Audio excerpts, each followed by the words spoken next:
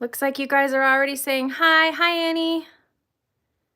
Drop me a note and let me know, like, if the sound's all good and everything. Sorry I was a little minute late. All right.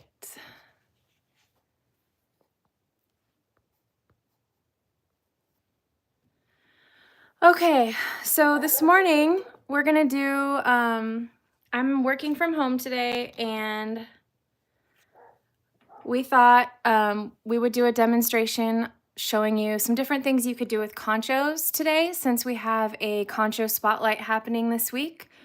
So hopefully you guys have had a chance to check out all the concho dies on our weekly spotlight.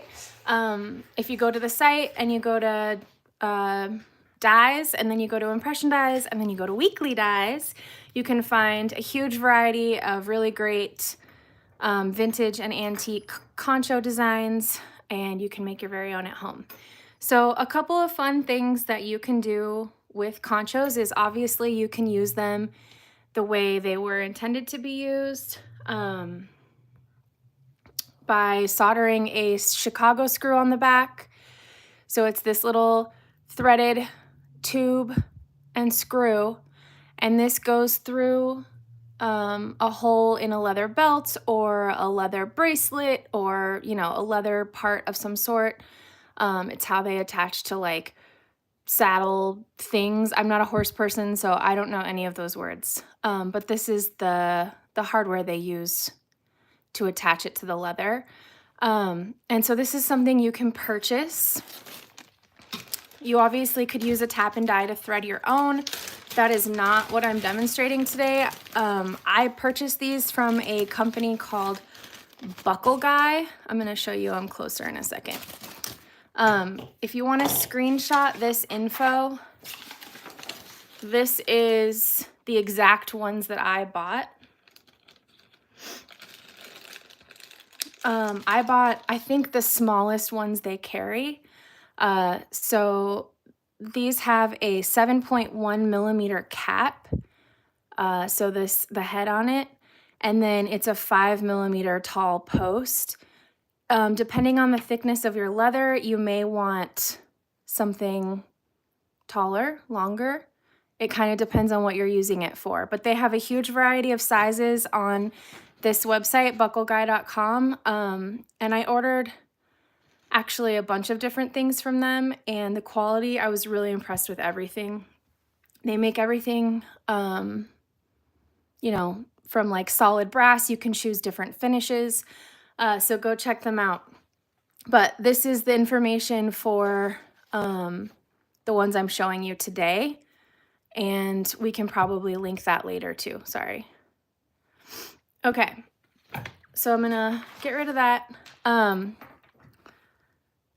But all you have to do is solder this flat head with the threaded tube onto your piece, and then that little threaded screw can screw into that part, and you can attach it to your leather, you know, bracelet, necklace, belt, whatever.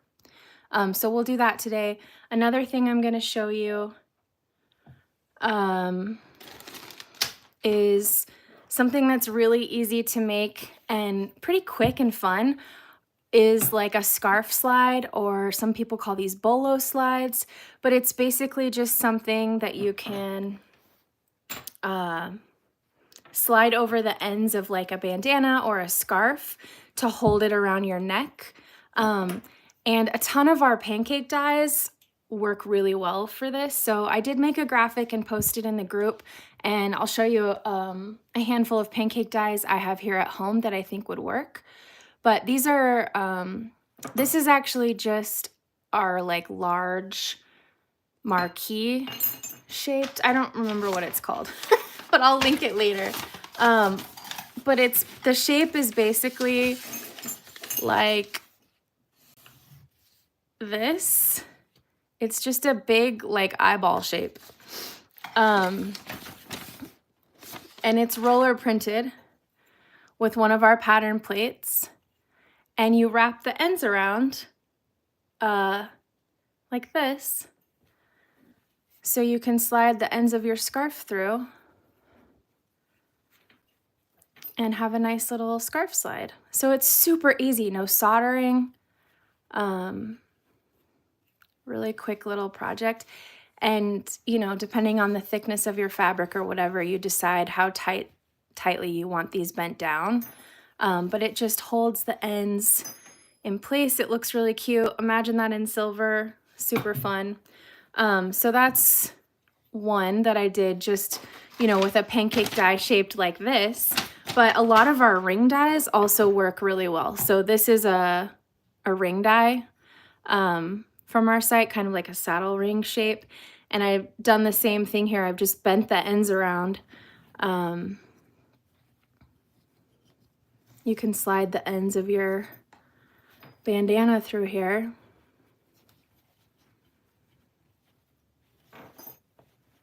Look at that.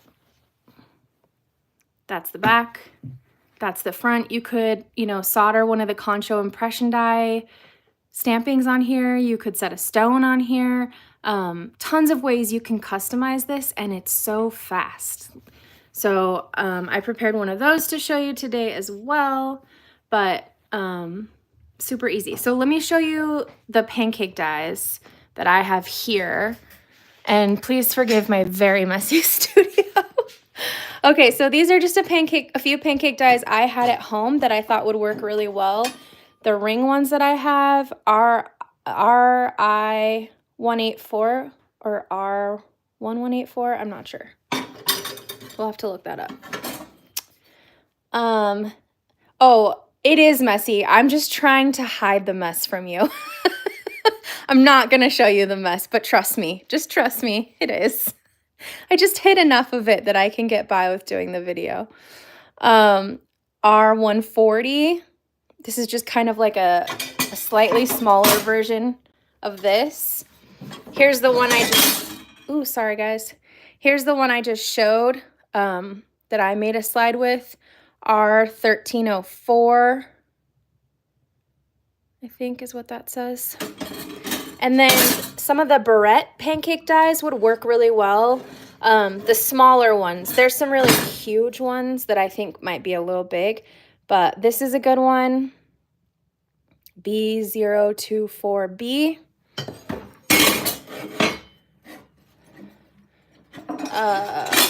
B040A. And then also I thought these ring shapes would work really nicely. Imagine a little concho soldered in the center of that, or like, you know, a little piece of turquoise set or something. So that's R129 and R132. So check those out on the site. We are gonna stamp one out. So I have some scrap Cranston fancy wire here that's pretty wide that I'm going to use.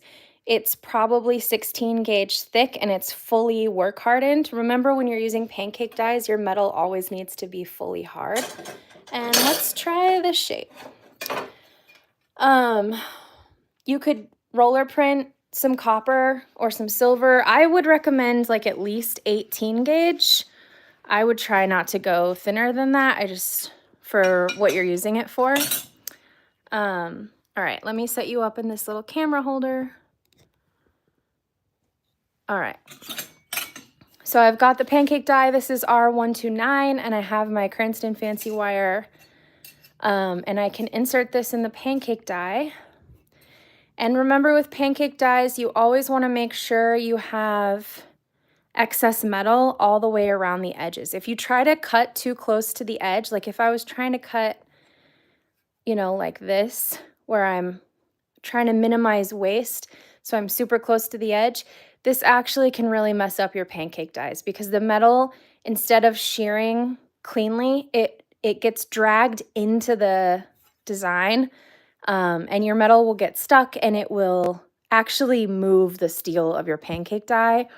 And a lot of times it will just ruin the die. So make sure you give yourself like 1/4 of an inch all the way around is definitely safe. I know when you're using silver, you want to try to be a little more conscious of scrap, but you really do need to give yourself, you know, a very minimum 1/8 of an inch all the way around, preferably even more than that.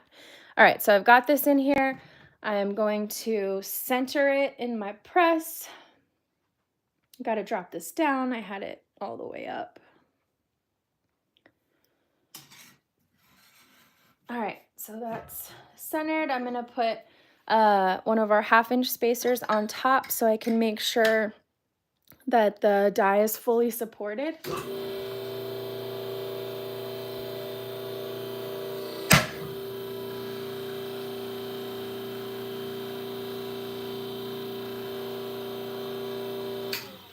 Oh, it looks like I missed some comments. Let's see.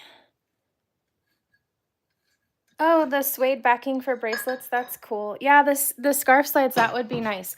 Although the ones I've made, like, depending on how you bend the metal, I mean, I feel like they stay really well.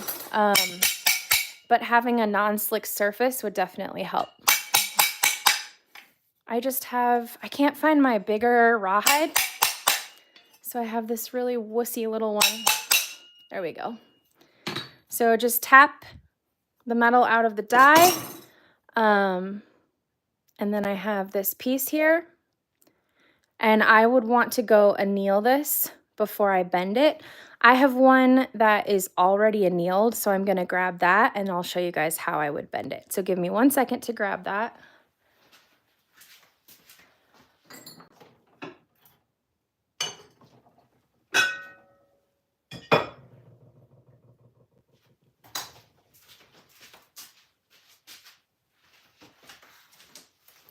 Okay, so this one is fresh out of the pickle. I rinsed it. I'm going to dry it off and then we'll take it over to my bench and bend it into a scarf slide. So let me take you back over to the bench.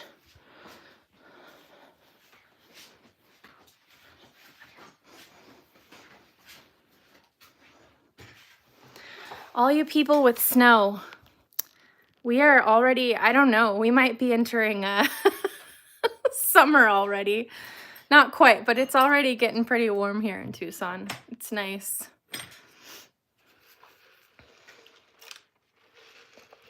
Okay. So now I can form this into a shape like this.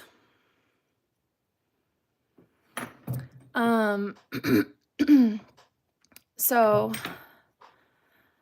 there's a few, you know, there's a lot of ways you could do this. I'm going to start by kind of forming this part so I get a nice curve for this central part over like a ring mandrel. And then I'll start bringing these ends in, but there's, you know, a lot of different ways you could go about forming this.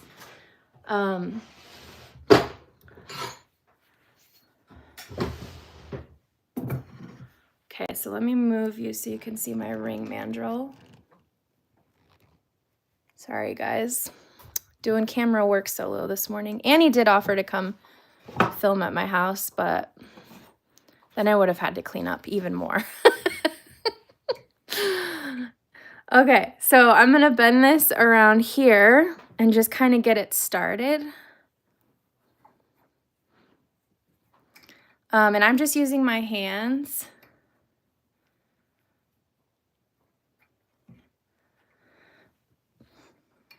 All right, so I've got a nice curve started.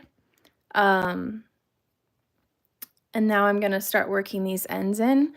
And let's see, what kind of pliers do I want to use? What I wish I had was some parallel round nose pliers, but I don't have those at home. We have some at the shop and they're really nice.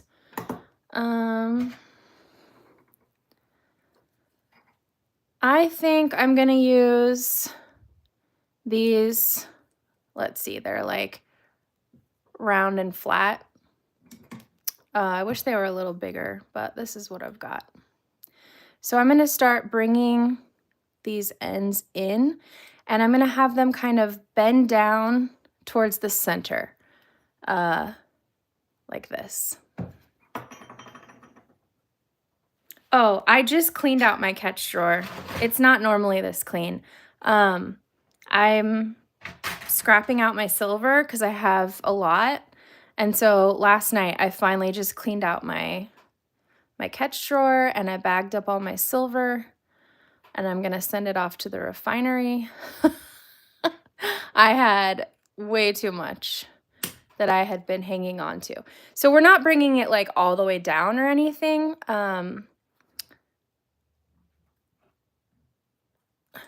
We're almost making like a heart shape. And also, Annie, my catch drawer, look, okay, I'll show it to you. If I can back the camera off a little bit. I like to use, someone told me this and I don't remember who, but it was a really good idea. These are like really cheap, crappy cookie sheets from the dollar store. And I have, let's see, 3 of them stacked up here.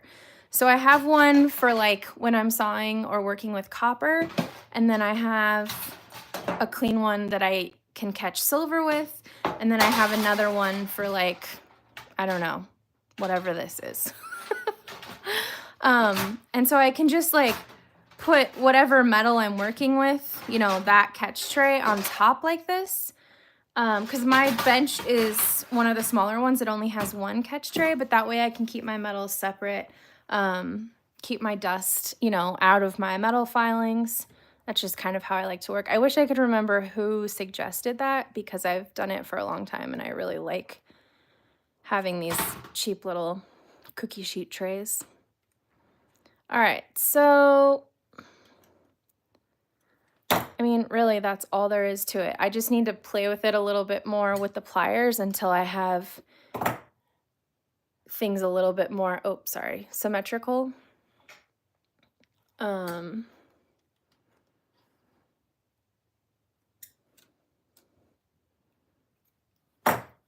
All right, let's see how this functions. We might need to bring it down a little bit more. It might be a little loose.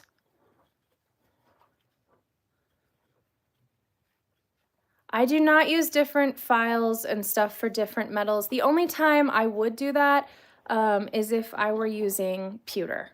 Pewter can contaminate your precious metals or your like other non-ferrous metals. So I would absolutely have separate tools if I was working with pewter, but I just keep pewter out of my studio for the most part because I don't want to worry about contamination. I actually really like the shape of this one, even better than this one. But I do think it's a little loose, so I'm going to tighten these curves down just a little bit more so I can have a tighter, you know, a more secure slide on that scarf. So I'm just going to bend these down a little bit further, and that'll help tighten it up. It's not necessary to have separate files for like silver and gold or silver and copper and brass. And make sure, like, it's a good idea to have one of these guys for cleaning your files. So when they do get clogged with, you know, copper is really gummy. So when you use your files with copper, it tends to get stuck in the file. It's a good idea to clean your files out periodically. They'll work better for you if they're not clogged up with gummy, gross metal. And that's all it takes. I forget what those are called. Annie, what are those called? A file card or something like that? I can't remember. All right, let's see, now that I've tightened it down a little more, how this works.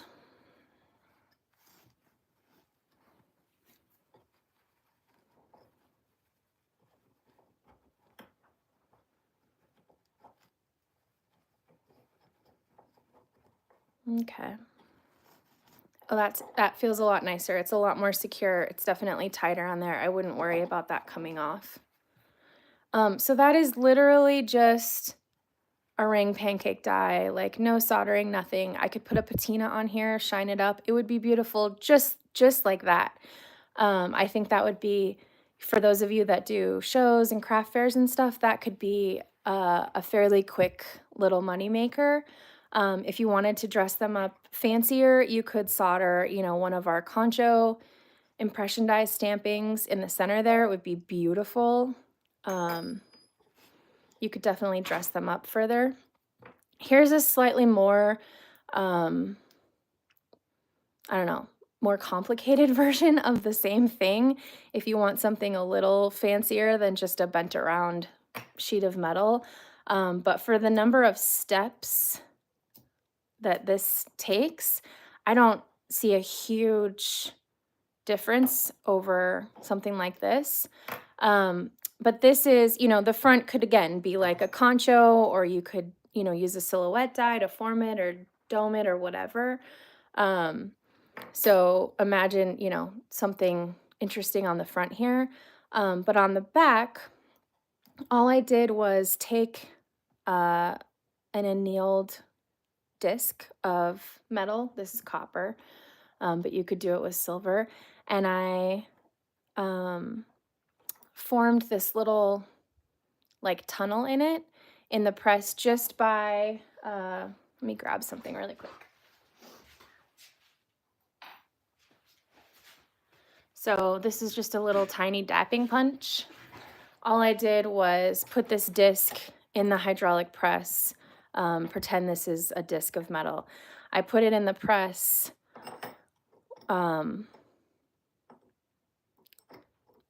like this with urethane above and below, like the urethane pads that you use for forming dishes, and it just forms over this mandrel and gives you that little tunnel.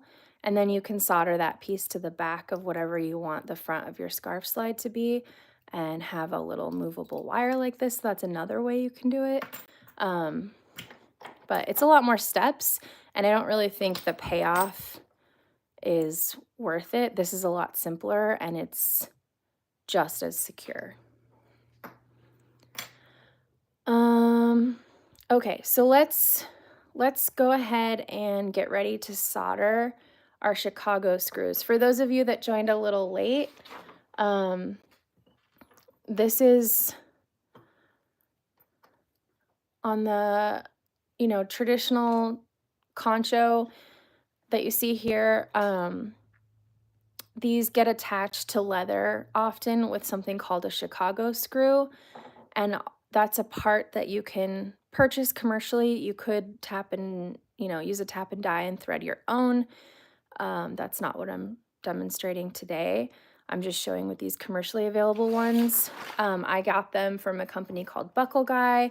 Go ahead and screenshot this really quick. That's the information. But they have a lot of options on their site in a whole bunch of different sizes and lengths.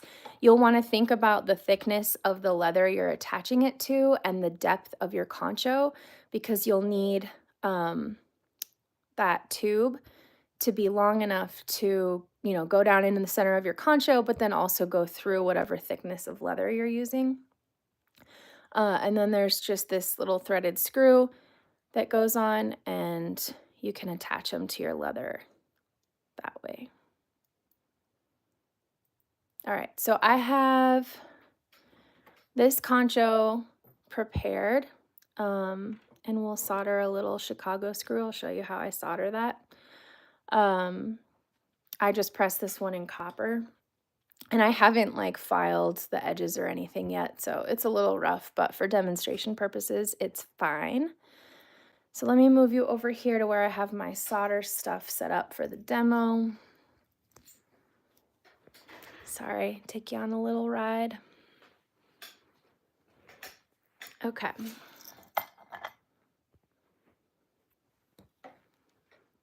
Hopefully I'm not making anyone motion sick, sorry.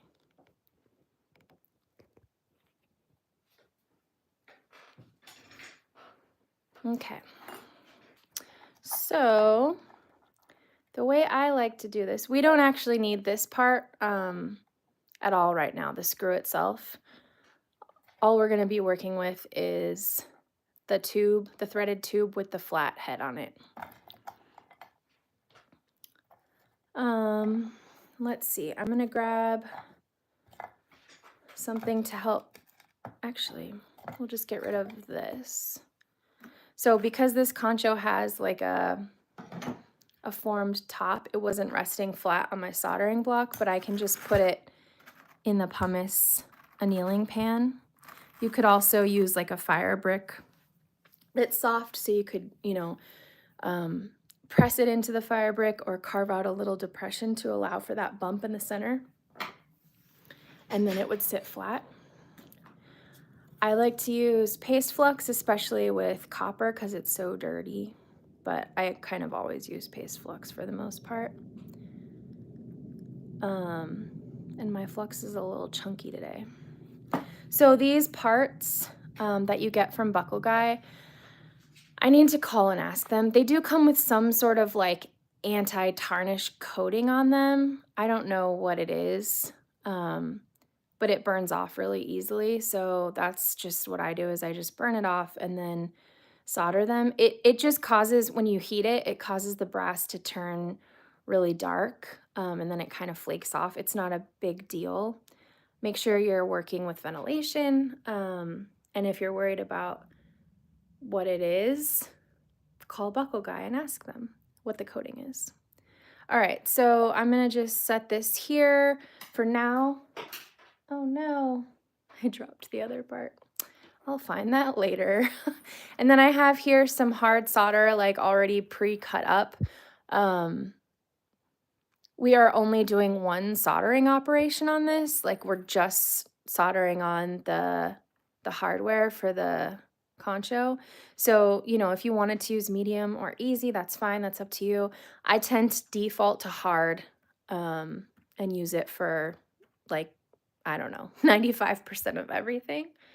But that's up to you. All right, so we'll just put this kind of off to the side, get my torch lit here.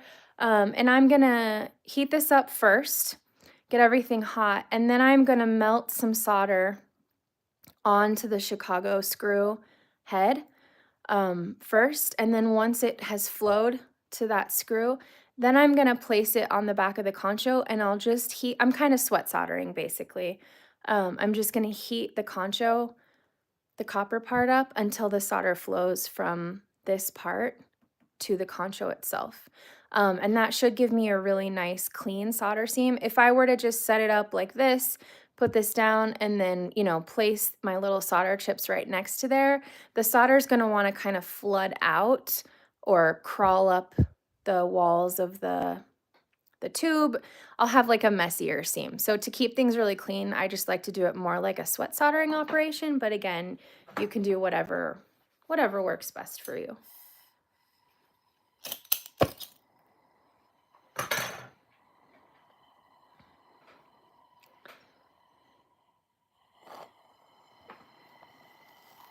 Try to make it so you can see and I don't block the camera. So right now I'm just heating up until the flux starts to, the liquid in the flux burns off. The flux starts to go clear and glassy. See how the brass turned black? That's just from whatever coating they, the anti-tarnish coating they put on it. It burns off. See, like now it's already, mostly gone and clean. It's not a big deal. But I don't know what the coating is, so if you're worried about fumes or anything, make sure you call Buckle Guy and just make sure you're using ventilation. All right, so now that everything's hot and the flux has chilled out a little bit, I'm gonna place like 2 little solder chips on the head of that Chicago screw. Whoop.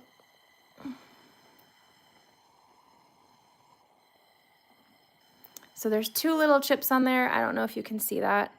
And then I'm gonna heat until they flow. Okay, so they flowed on that surface. They covered the whole surface of the head. And now I'm gonna place it on my concho in the center. Make sure I'm level. And now all I have to do is heat the concho, heat the copper until the solder flow, because this is going to heat up just through conductivity. And we just need to bring this bottom piece up to the temperature that the solder flows at, and then the solder will flow from that threaded part to the concho back plate. Did you see it drop? So as soon as I got it hot enough, the solder flowed, the parts are attached now, and we can pickle, and then we'll take a look at it. So let me toss that in the pickle really quick, and then if anybody has any questions, let me know. I will be right back.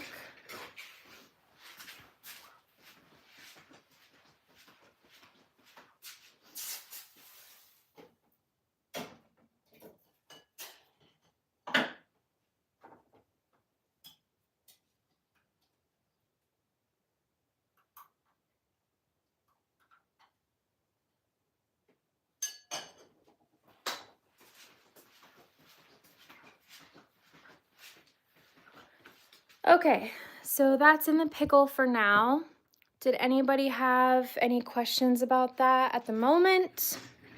While we're waiting for that to pickle, we can look at some of these other samples. This oval concho I think is really nice.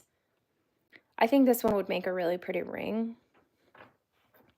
And then I really like this small, tiny one. I think this would make some really cute little concho earrings. I might do that later today. But you can see how simple this is.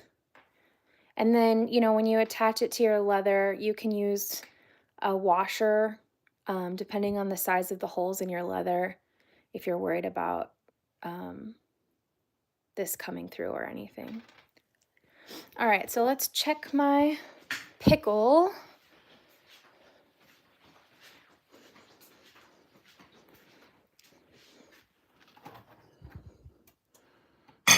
Annie, I told you I was cleaning out my, this is all like silver I need to scrap out. It was time. Cleaning out my catch tray. Okay, so this might need a little more time in the pickle, but it's clean enough that we can take a look at it.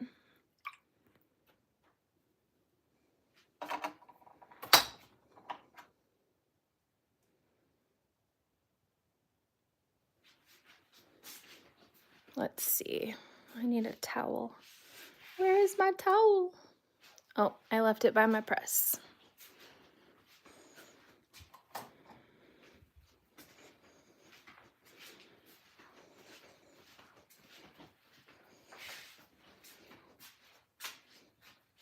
All right.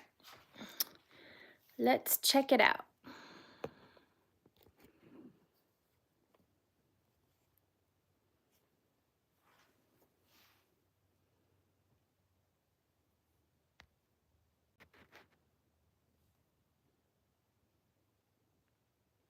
For some reason, when I come up close, it doesn't focus, and I'm alone with the camera today, so I don't know what's up with that. So you probably can't see that super well. It needs more time in the pickle for sure. There's still flux crusted around there. But you can see that it soldered just fine. We have minimal cleanup, and then all we have to do is use that threaded screw to attach to our piece. So it's really simple, but my suggestions for when you're soldering to keep it clean would be to flow your solder on the hardware first. Why aren't you focusing? And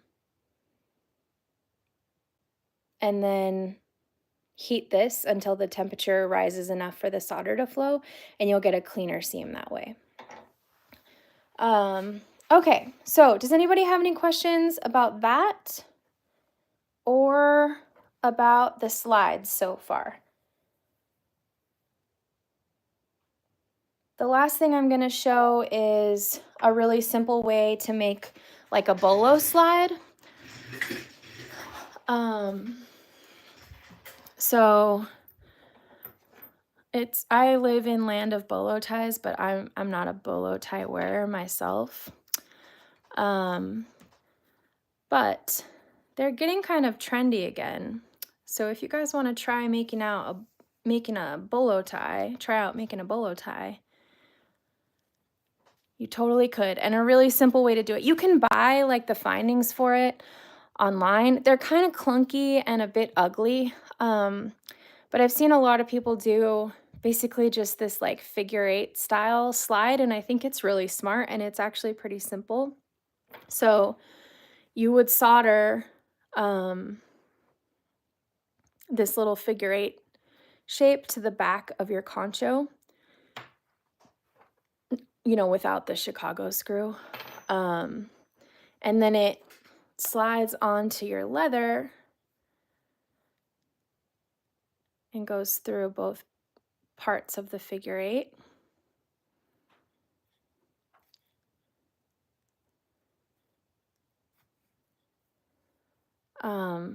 And depending on, the size of your leather and whatever, you would make these sized appropriately for that.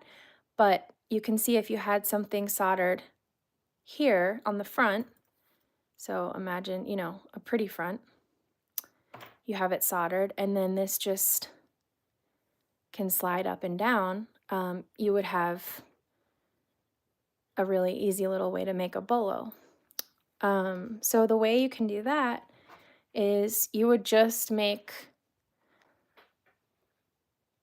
a coil of jump rings like this, in whatever size you thought was going to work for, you want to have enough room that 2 passes of the leather can fit in the diameter of the jump ring that you're using, and still have a little movement.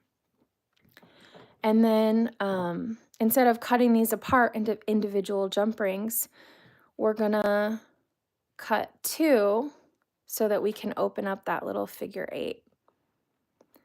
So let's see, that I already had these cut a little bit, so let's get the cut ones out of the way.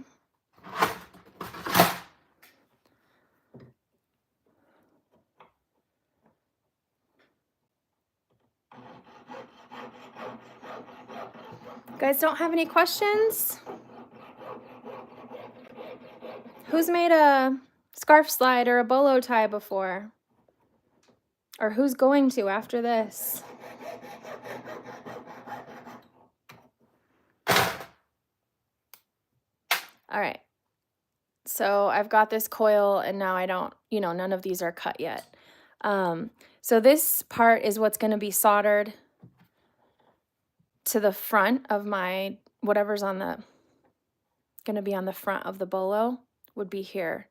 So we're going to open this up. And again, I'm just using those round and flat pliers. And this is brass, so it's actually, really stiff. I might have to switch to the copper. Let's switch to the copper. My hands are too wussy.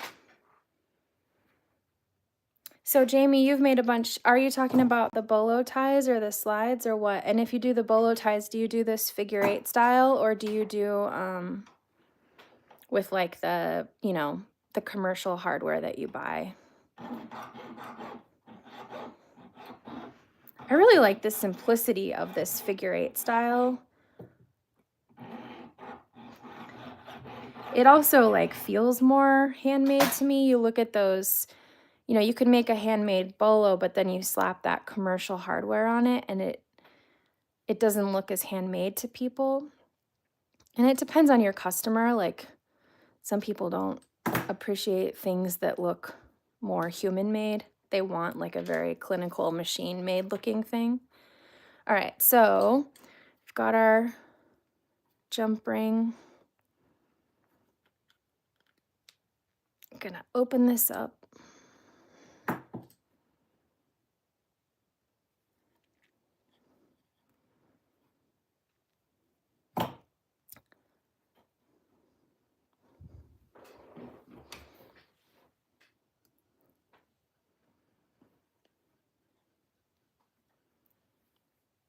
figure eight style. Yeah, I like them better.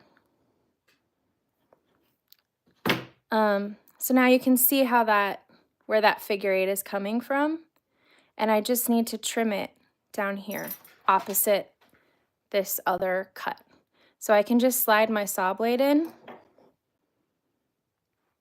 and cut right there.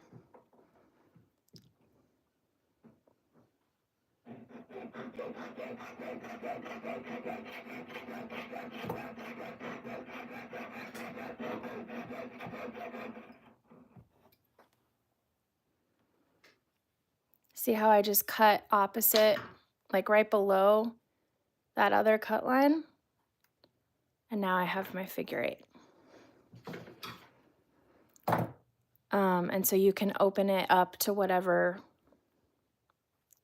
feels right for your specific design that you're using, you know, your leather thickness and your piece and all that. But now we have a part that can be soldered to the back of our concho or our impression die stamping, and make a really simple, easy bolo slide.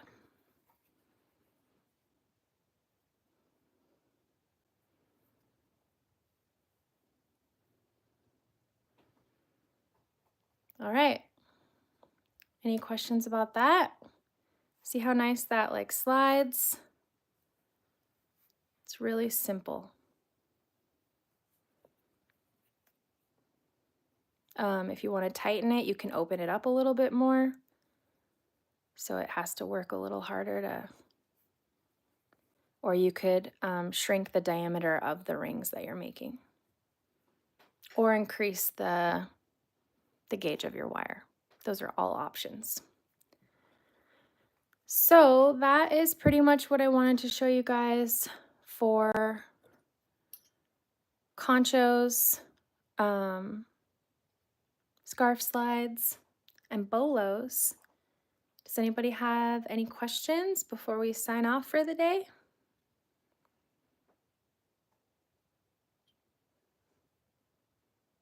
Make sure you guys go check out the Chicago screws at Buckle Guy. They have really nice solid brass. You want to make sure that you're not working with something that's like, I mean, you can solder steel to your jewelry pieces, but I would suggest going with the brass if it were me. So I would look for something that's solid brass and not just like a plated brass, but that's up to you. All right, so I don't see any questions coming through. If you end up with questions, head over to Potter People on Facebook and we will try to answer your questions there. Make sure you check out the Concho Impression Die Spotlight this week. We also added a bunch of buckle dies to that as well. So you can pair your conchos with some belt buckles and make some really cool stuff. And if you have any questions, let us know. We will see you guys next time. Thanks, Potter People.